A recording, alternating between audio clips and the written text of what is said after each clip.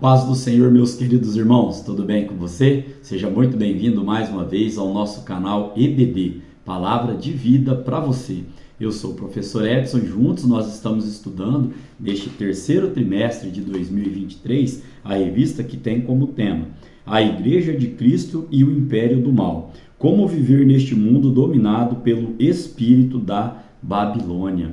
Irmãos, nós chegamos agora na lição de número 13, a última lição deste trimestre, e eu já espero você para o trimestre seguinte, amém? Nós estamos aqui, então, na 13ª lição, e as 12 lições anteriores estão postadas aqui no nosso canal, em uma playlist, chamada A Igreja de Cristo e o Império do Mal. E qual revista nós estaremos estudando no trimestre que vem? Ela terá como tema Até os Confins da Terra, pregando o Evangelho a todos os povos até a volta de Cristo. Amém? Então eu espero você para que juntos possamos estar estudando esta maravilhosa lição. Então aqui, irmãos, temos como tema para a nossa lição de hoje, que será aplicada no dia 24 de setembro de 2023, aqui pela classe dos adultos da Igreja Assembleia de Deus, Ministério Belém.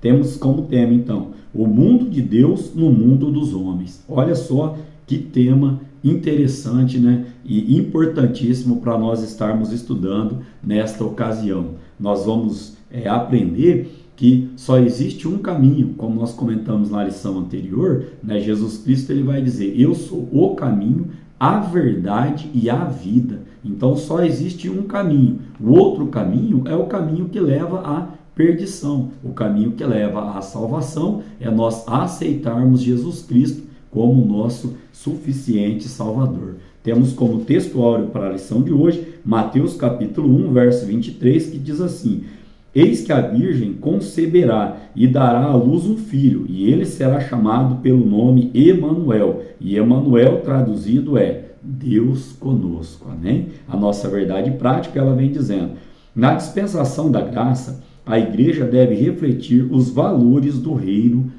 de Deus no mundo. Temos então como leitura bíblica em classe dois textos, um que se encontra em Mateus capítulo 1, verso 21 ao 23 e Gálatas capítulo 4, do versículo 3 ao versículo 7. Mateus capítulo 1, a partir do verso 1, diz assim, E ela dará à luz um filho, e lhe porás o nome de Jesus, porque ele salvará o seu povo dos seus pecados. Tudo isso aconteceu para que se cumprisse o que foi dito da parte do Senhor pelo profeta que diz, Eis que a Virgem conceberá e dará à luz um filho, e ele será chamado pelo nome Emanuel, e Emanuel traduzido é Deus conosco. Lá em Gálatas capítulo 4, a partir do verso 3, diz assim, Assim também nós, quando éramos meninos, estávamos reduzidos à servidão debaixo dos primeiros rudimentos do mundo. Mas, vindo a plenitude dos tempos, Deus enviou o seu filho, nascido de mulher, nascido sob a lei, ou seja, embaixo da lei, para remir os que estavam debaixo da lei, a fim de recebermos a adoção de filhos. E porque sois filhos, Deus enviou aos nossos corações o Espírito de seu Filho, que clama, Abba, Pai. Assim que já não és mais servo, mas filho, e se és filho, és também herdeiro de Deus por Cristo. Amém, irmãos? Então, temos 3 objetivos para a lição de hoje. Quais são eles? Esclarecer a respeito do reino de Deus no mundo. O segundo, pontuar as bênçãos de uma vida no reino. E o terceiro, assinalar os males de uma vida no mundo. Nós temos como parte motivacional para a nossa lição de hoje, quero ler aqui um texto que se encontra lá em Isaías, capítulo de número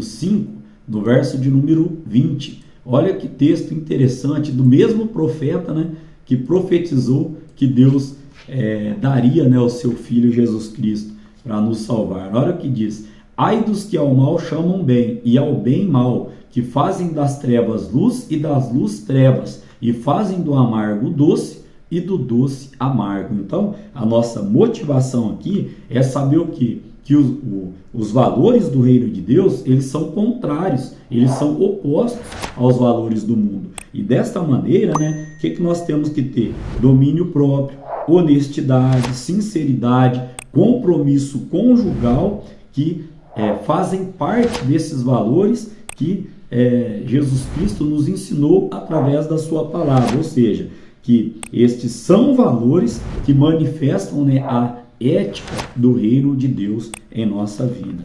Né? Nós temos, caminhando aqui para a nossa parte de introdução, temos como palavra-chave, palavra reino.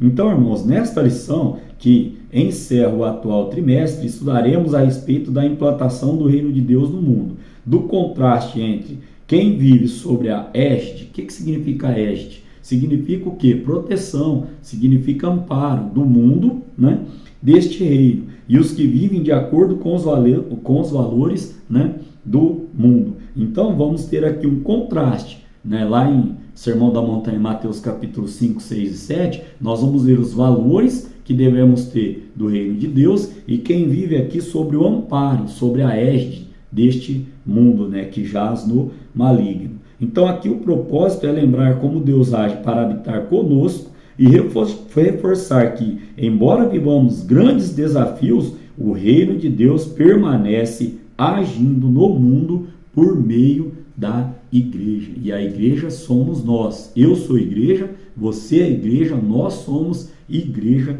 de Deus aqui na terra. E este mundo só não foi sucumbido ainda ao caos total por causa da igreja que está aqui ainda fazendo parte deste reino terreno. Amém? Então aqui temos 3 tópicos para a lição de hoje, cada tópico, né, com seus subtópicos. O primeiro tópico temos como tema o reino de Deus no mundo. Primeiro subtópico, a encarnação de Cristo.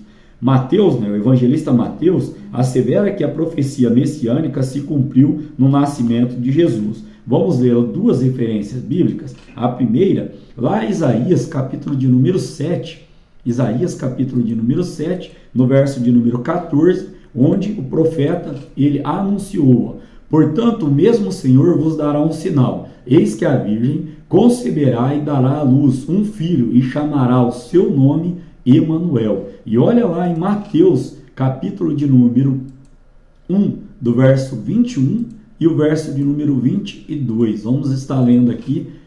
E dará à luz um filho, e chamarás o seu nome Jesus, porque ele salvará o seu povo dos seus pecados.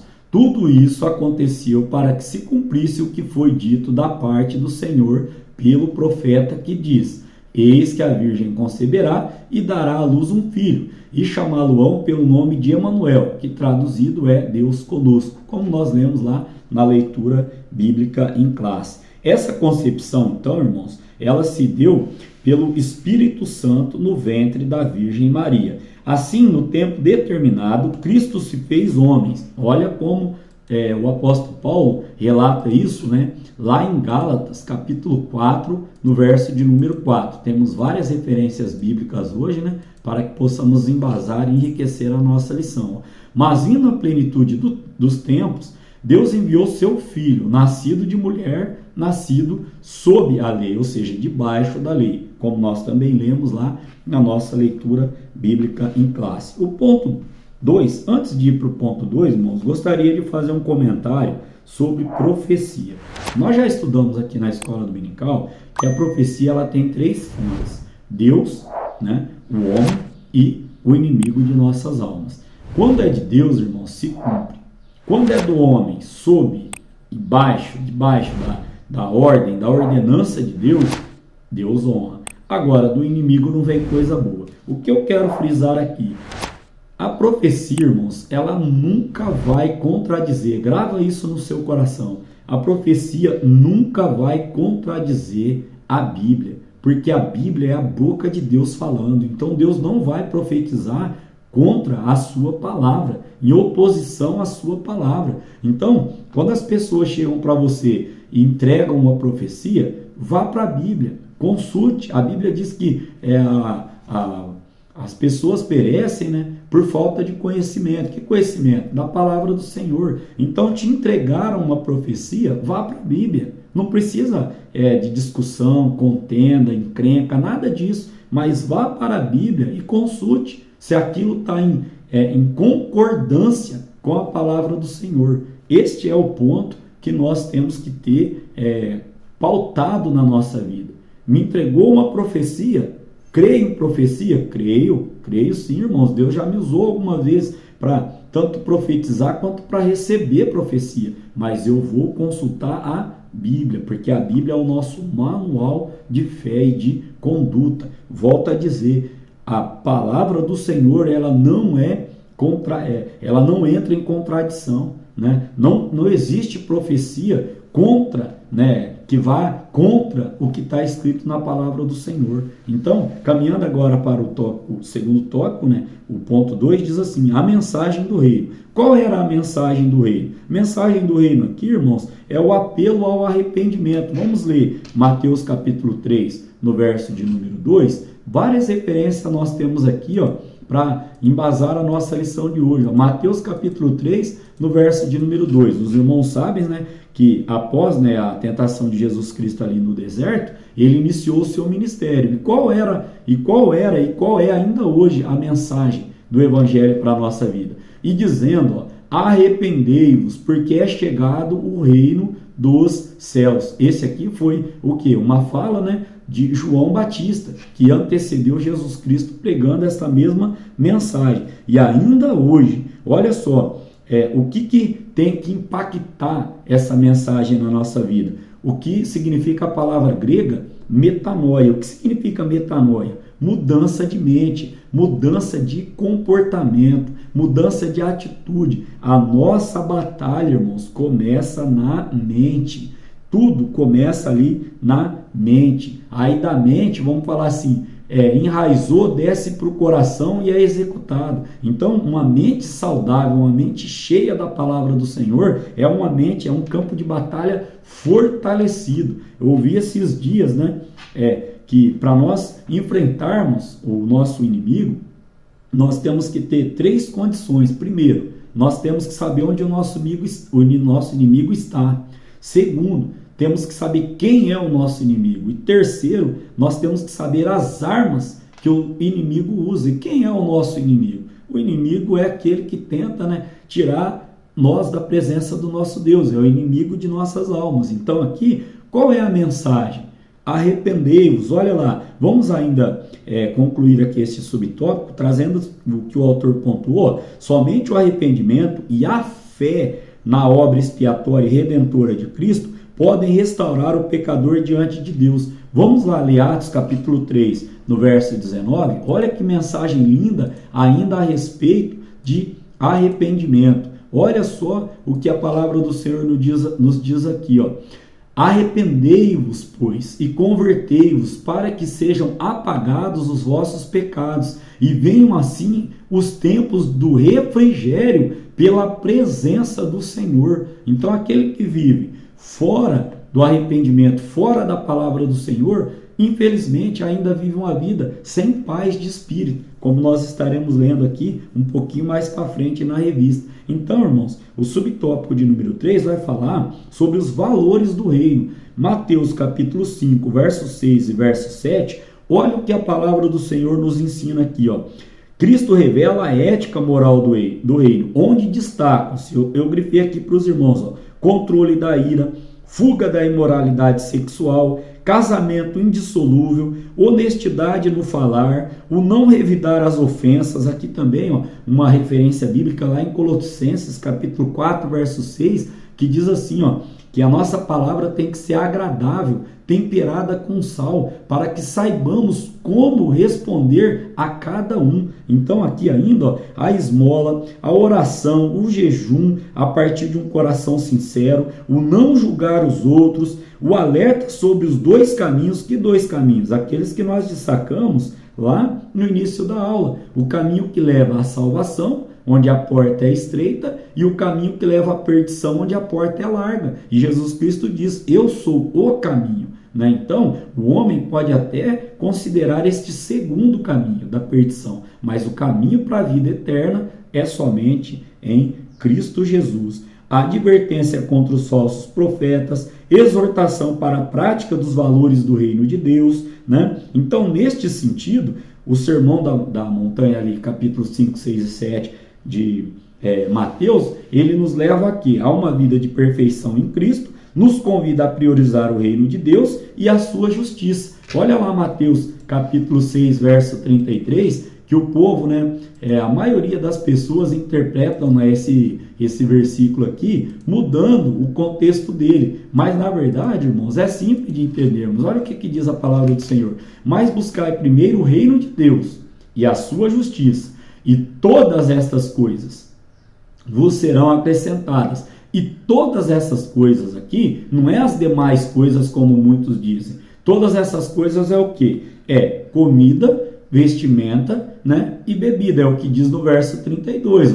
Porque, verso 31, não andeis, pois, inquietos, dizendo, que comeremos ou beberemos? Ou o que nós vestiremos? Então, a palavra estava se referindo a estas condições, não às demais coisas. Aí o povo já acha que é tudo, que as demais coisas Deus vai nos prover. Pela misericórdia dele, irmãos, ele pode até nos prover, mas a palavra do Senhor aqui nos ensina que todas estas coisas, ou seja, as nossas necessidades básicas, comida, bebida e vestimenta. Amém? Então, neste contexto ainda podemos trazer a sinopse do tópico de número 1. E essa sinopse diz assim: o reino de Deus no mundo se caracteriza pela encarnação de Jesus Cristo, além da propagação de sua mensagem, que nós fizemos bem aqui, que é arrependimento, e dos valores éticos, que nós vemos lá em Mateus capítulo 5, 6 e 7 aqui. Caminhando para o tópico de número 2, nós temos o seguinte tema: as bênçãos de uma vida no reino. Este tópico também tem aqui seus dois subtópicos. Vamos ao primeiro: remissão dos pecados. Antes do evangelho do reino, e o que significa evangelho, irmãos? Boas novas, né? Antes do evangelho do reino, a percepção espiritual tanto de judeus quanto de gregos era limitada, legalista e supersticiosa. A morte expiatória de Cristo libertou o homem da maldição da lei e das potestades das trevas. Assim como pecadores, outrora escravos e agora perdoados, fomos elevados à condição, acraseado aqui, para a condição de filhos, por adoção e herdeiros de Cristo. Vamos lá ler Gálatas capítulo 5, no versículo 4 e versículo de número 5. Gálatas capítulo 5, no versículo de número 4 e no versículo de número 5. Olha o que a palavra do Senhor diz: separados estáis de Cristo, vós os que vos justificais pela lei, da graça tendes caído, porque nós, pelo Espírito da fé, aguardamos a esperança da justiça. Amém? Então, o segundo subtópico, ele vem tratando sobre esse quesito de ser adotado e herdeiro de Cristo, né? Bom, então vamos aqui, Deus concedeu aos filhos a dádiva de um novo nome e uma nova imagem, a imagem de Cristo. Romanos capítulo 8, verso de número 29. Vamos lá ler? Romanos, apóstolo Paulo aos Romanos, capítulo 8, verso de número 29, palavra do Senhor nos diz, porque os que dantes conheceu também os predestinou para serem conformes à imagem de seu Filho, a fim de que ele seja o primogênito entre irmãos. E lá em Apocalipse, capítulo de número 2, no verso de número 17, para embasarmos aqui o contexto da revista, olha o que diz, a palavra do Senhor. Quem tem ouvidos, ouça o que o Espírito diz às igrejas. Ao que vencer, darei a comer do maná escondido, e dar-lhe-ei uma pedra branca, e na pedra um novo nome escrito, o qual ninguém conhece, senão aquele que o recebe. Então, nesse contexto, como resultado de da nossa adoção, agora como filhos, somos também herdeiros de Cristo. Gálatas capítulo 4, verso 7, que nós lemos. Então, nessa herança estão inclusas as promessas de Abraão. O propósito da remissão de pecados, a filiação e a herança não tem outro alvo senão louvar e glorificar a Deus, conforme Paulo nos ensina em Efésios capítulo 1, verso 6, no verso 12 e no verso de número 14. E olha que interessante aqui, irmãos, a conclusão deste parágrafo aqui, ó. Portanto, a igreja nunca terá glória em si mesma. Toda a glória é exclusivamente tributada para Deus por intermédio da obra de Cristo. O salmista vai dizer lá em Salmo 115, verso 1 e também João capítulo 13, do verso 31 ao verso 32. Então, ó, qual é a função da igreja? O que é a igreja? O que somos nós aqui? Olha só, a igreja é o campo onde se exterioriza o reino de Deus aqui no mundo, conforme Paulo vai lá nos registrar em Efésios capítulo 3, do verso 10 ao verso de número 12. Então nós exteriorizamos, né, ou nós levamos para o mundo o que? A ética do reino de Deus. E como nós fazemos isso? Dando bons testemunhos, sendo o que? Exemplo, né? Então a sinopse deste tópico de número 2, ele vem dizendo: a remissão do pecado, a adoção, o torna-se herdeiros, ó. A remissão do pecado, a adoção, o torna-se herdeiros de Cristo. São bênçãos de uma vida no reino. Amém? Caminhando aqui para o tópico de número 3 desta lição abençoada para a data de hoje, temos o seguinte tema: os males de uma vida no mundo. Olha só, Lamentações, capítulo de número 3, né, vai nos trazer ali: do que se queixa o homem? Do que se queixa o ser vivente? Senão dos seus próprios pecados, né? Então vamos entender aqui, ó, a escravidão do pecado. A Bíblia assevera que aquele que comete pecado é servo do pecado, lá em João capítulo 8, no verso de número 34. O pecado torna o homem incapaz de aceitar a palavra de Deus. Olha lá em João capítulo 8, verso 43. Vamos lá? Olha o que o pecado faz. Ele torna o homem incapaz de aceitar a palavra do Senhor. Onde está registrado isso? João capítulo 8, no verso de número 43. Vamos entender o contexto aqui, ó. Diz assim, ó: porque não entendeis a minha linguagem?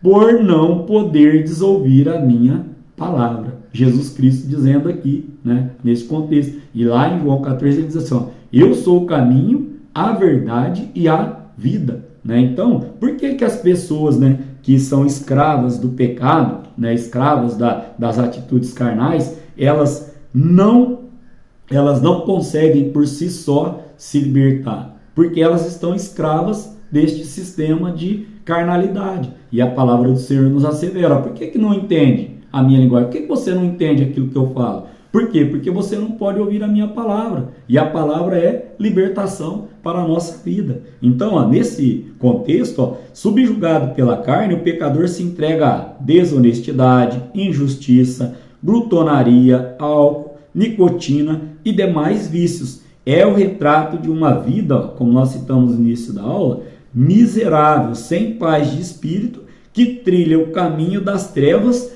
e o que? Necessita urgentemente de libertação, conforme João capítulo 8, no verso de número 36, que está aqui bem pertinho. Ó. Se, pois, o Filho vos libertar, verdadeiramente sereis livres. Amém? Então, aqui ainda, irmãos, caminhando para o subtópico de número 2, vamos falar sobre filhos da ira e condenação eterna. Olha lá os males de uma vida no mundo, né?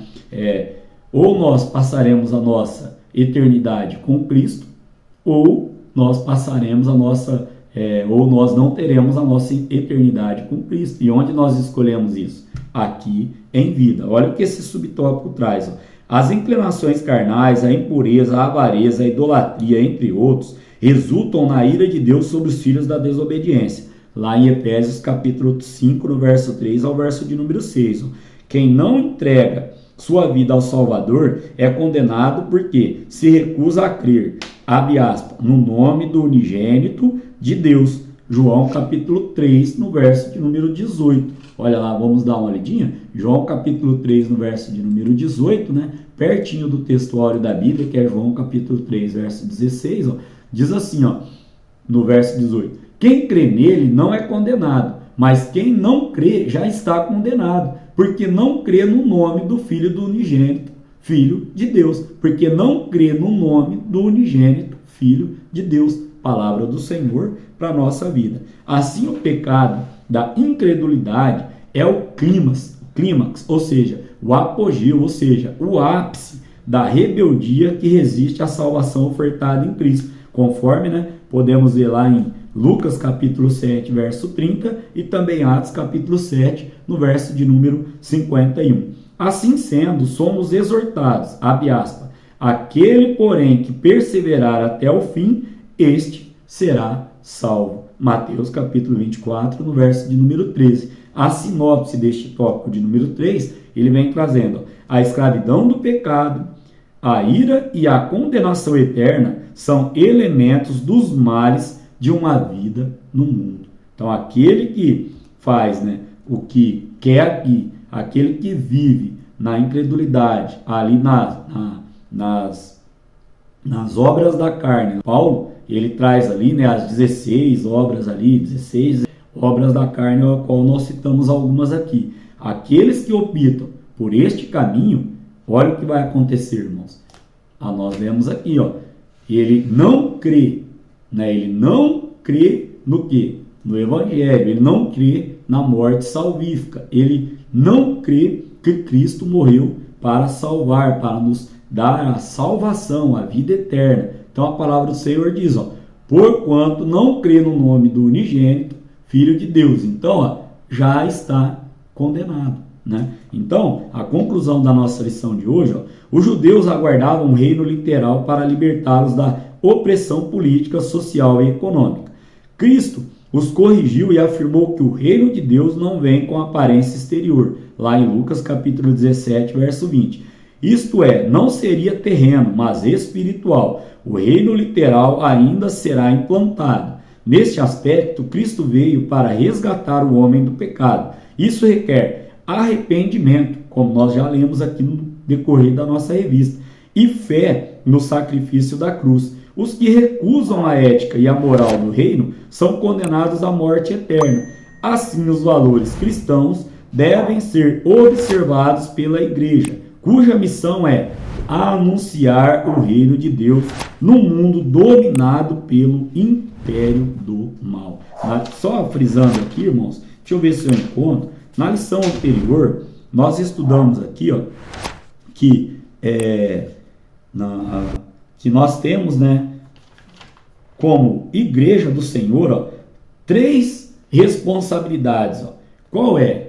Né? Lembram da lição anterior? Só para a gente reforçar o final aqui, propagar o Evangelho de Cristo, testemunhar, né, e defender essa verdade do Evangelho. Então, que Deus em Cristo Jesus continue falando ao seu coração, abençoando a sua vida, sua família, seu trabalho, o seu ministério, e querendo Deus, irmãos, volta aqui, né, a fazer o convite aos irmãos, aquele que já me acompanha ou aquele ainda que está chegando agora, divulgue este canal. Nós temos o objetivo aqui de estar o quê? Propagando, né, a palavra do Senhor, defendendo a nossa fé aqui, até que Jesus Cristo volte. Olha como nós enfatizamos aqui, né, a nossa responsabilidade. Testemunhar, defender, né, a verdade e propagar, né, a verdade do Evangelho. Querendo Cristo, estaremos aqui para estudar, né,